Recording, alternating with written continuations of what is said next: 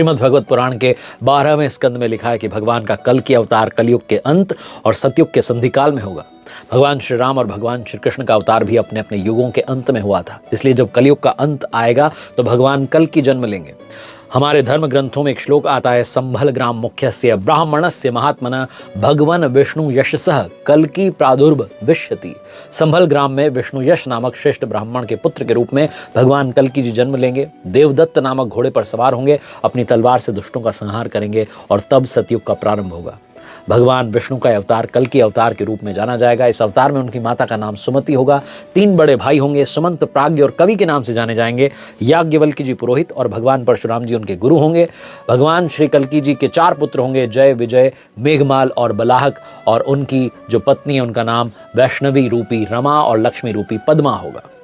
महाभारत और बहुत सारे धर्म ग्रंथों के रचयिता महर्षि वेदव्यास जी ने हजारों वर्ष पूर्व ये भविष्यवाणी की थी कि जैसे जैसे कलयुग का समय बीतेगा, धरती पर पाप बढ़ेगा, अत्याचार बढ़ेगा, व्यक्तियों में संस्कारों का नाश होगा, कोई गुरु की नहीं सुनेगा, वेदों को नहीं मानेगा, अधर्म अपने चरम पर होगा। तब भगवान कल्कि अपने गुरु भगवान परशुराम के निर्देश पर भगवान शिव जी की तपस्या करेंगे, दिव्य शक्तियों को प्राप्त करेंगे और उसके बाद देवदत्त घोड़े पर सवार होकर पापियों का संहार करेंगे और धर्म का पताका लहराएंगे।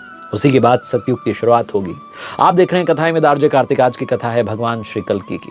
अग्नि पुराण में भगवान कल्कि अवतार के स्वरूप का चित्रण होता है, जिसमें भगवान तीर कमान के साथ घुड़सवारी जो है करते हुए नजर आते हैं और कहा जाता है कि भगवान का स्वरूप 64 कलाओं से परिपूर्ण होगा। सफेद रंग के घोड़े पर सवार होंगे।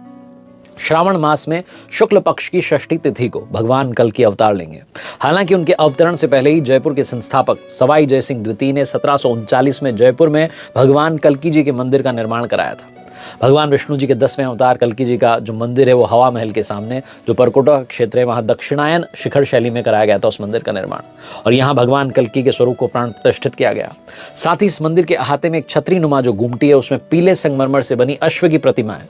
कहा जाता है कि इस अश्व की प्रतिमा का पिछले पैर का खुर जो है खंडित है, इसके पैर में घाव है। जैसे जैसे घाव भरता जा रहा है समय के साथ, और जिस दिन ये घाव पूरी तरीके से भर जाएगा उसी दिन भगवान विष्णु के 10वें अवतार भगवान श्री कल्कि का जन्म होगा, जो अपने शत्रु कली पुरुष का संहार करेंगे, जो बहुत बड़ा शक्तिशाली राक्षस होगा।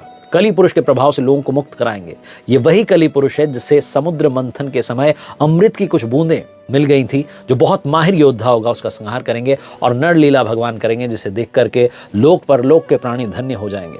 कहा जाता है कि अनेक देवी देवता भी उनके पृथ्वी पर आने के पूर्व अपना अवतार ले चुके होंगे। बड़े बड़े ऋषि महात्मा देवी देवताओं के अवतार होंगे जो जन्म ले चुके होंगे। लेकिन अब बात कर रहा हूं उनकी जो भगवान कल्कि की मदद करेंगे और वो पहले से ही धरती पर हैं। ये कौन है, आइए इनके बारे में बात करते हैं। आपके भी बुजुर्गों ने आपको आशीर्वाद दिया होगा, चिरंजीवी भव। चिरंजीवी यानी चिरकाल तक जीवित रहने वाला। कहा जाता है पृथ्वी लोक पर 7 चिरंजीवी हैं, और ये जो 7 चिरंजीवी हैं ये मदद करेंगे भगवान श्री कल्कि की जब महायुद्ध होगा। माना जाता है कि ये भगवान श्री कल्कि की मदद करेंगे और कलयुग को वापस सतयुग में ले जाएंगे, क्योंकि कलयुग में भगवान के अवतार को मार्गदर्शन और शिक्षा देने में सक्षम कोई शिक्षक नहीं मिलेगा, इसलिए 7 चिरंजीवी बनाए गए। सबसे पहले चिरंजीवी की बात कर लेते हैं, भगवान श्री परशुराम जी।